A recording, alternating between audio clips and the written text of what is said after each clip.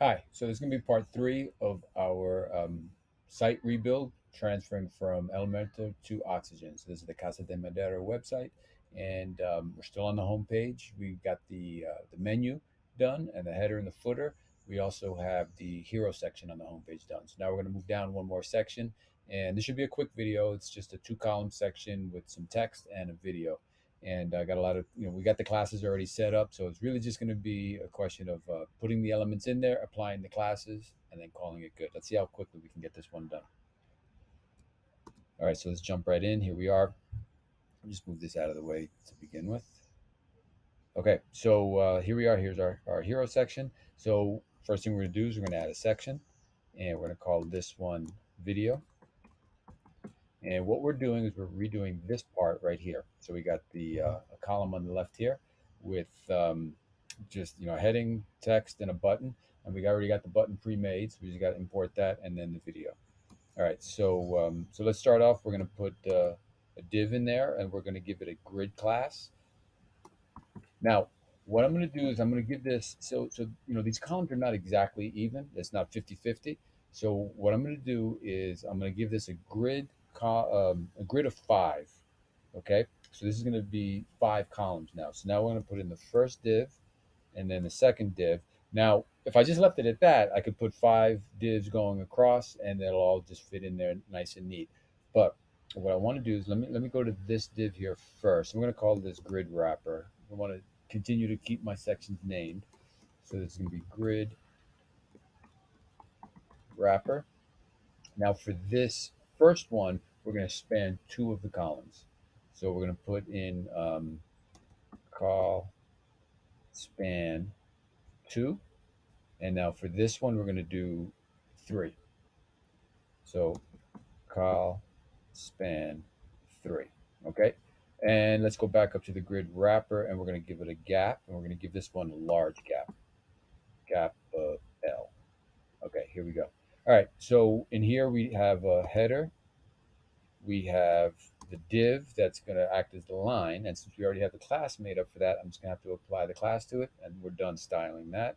Next, we're going to have some text. And now next for the button, I'm not going to add a button. What I'm going to do is I'm going to go get that reusable part that we created earlier. So we type in reusable, and it's main button, and it's going to be editable. Okay, so now we're done with that. So let's go back to this div here, and we're going to give it the class of divider line. We're done. Okay, so let's give this column owl spacing. Oh, typed it in wrong. So owl spacing of medium. We're done there. Let's go get the headline copy. Copy that. Come back over here. Paste that in. Let's go get our body copy now. Copy that. Drop that in there. Now we're going to make some of this bold. So we got this right here. Bold. Where are we at? So again, we add a span to this. Come over here to font weight, and we'll do font weight 700. And what's the other bold? Here we go. This.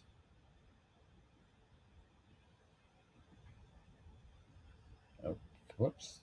Sometimes it's a little finicky. You got to mess with it just a little bit to get it right. There we go. Okay, so span.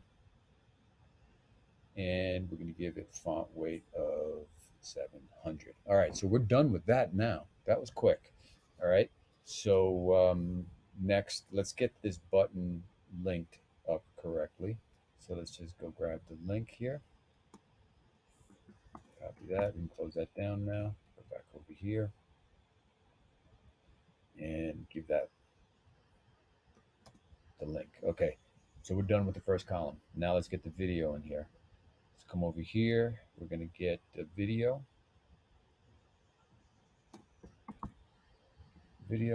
Put that in there. And let's get the, let's pause that. Let's get the link. I'm going to copy that. Come back over here. Drop the link in. Done. All right. Now, one thing to notice here is on the top and on the bottom, you see this black line. So what it is that the video was not shot in 16:9 ratio. So what I'm going to try to do is make it look like the black lines were intentional. So what I'm going to do is I'm going to come over here to borders, and we're going to do right.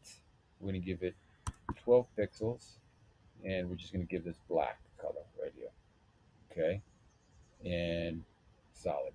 All right. So that's good. Now we're going to go to the left side and do the same thing on the left. 12 pixels,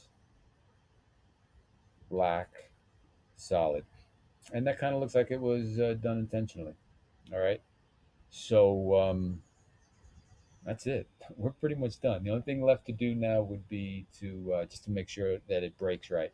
And the way I'm going to do that is, let's just go check it out. So on the first breakpoint, the extra large breakpoint, I think that looks fine. I'm not going to do anything there.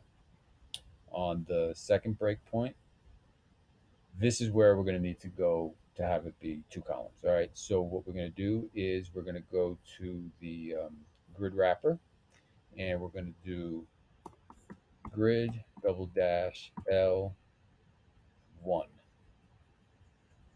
and that's it. And that's going to stay the same all the way through. And okay, so now you see we got this little gap issue here again, where this first column is not spanning all the way across. So I'm just going to select the column itself, and we're going to give it, so on the large breakpoint. So we're going to come over here. We're going to do call, is it, yeah, call span large. And if we put one, no, we don't want one. We want three. So we're going to do call span large three. And there we go. So now that spans all the way across on the large breakpoint, and that's going to hold true all the way down to the smallest breakpoint. And there we are. This is a quick video. Let's hit save. And let's see what this looks like on the front end here. And there, it looks fine. All right, so let's check it out on the breakpoints here. As we shrink down, it breaks. And that was it. I mean, we pretty much just added a couple of classes here. And, again, going back to this automatic CSS framework, I'm not sitting here guessing, is the spacing in this column correct? Because I just applied owl spacing. I know it's correct because I put medium in there, and I know that's going to be consistent wherever I put owl spacing with that medium class. There's no guesswork in here. It's just a question of putting the pieces in place, applying the correct classes, a few decisions making here and there about, as far as like, for on this grid wrapper here, giving it the grid 5, and then spanning a couple of columns to get the right proportions of the columns. And but other than that, I didn't have to think about anything. Just getting the right classes in there. So real quick video. We're less than 10 minutes here, so hopefully that was helpful and you got some good information in there. And if you liked it, please give it that thumbs up. And if you haven't subscribed yet, please subscribe. And I'll see you in the next video. Thank you.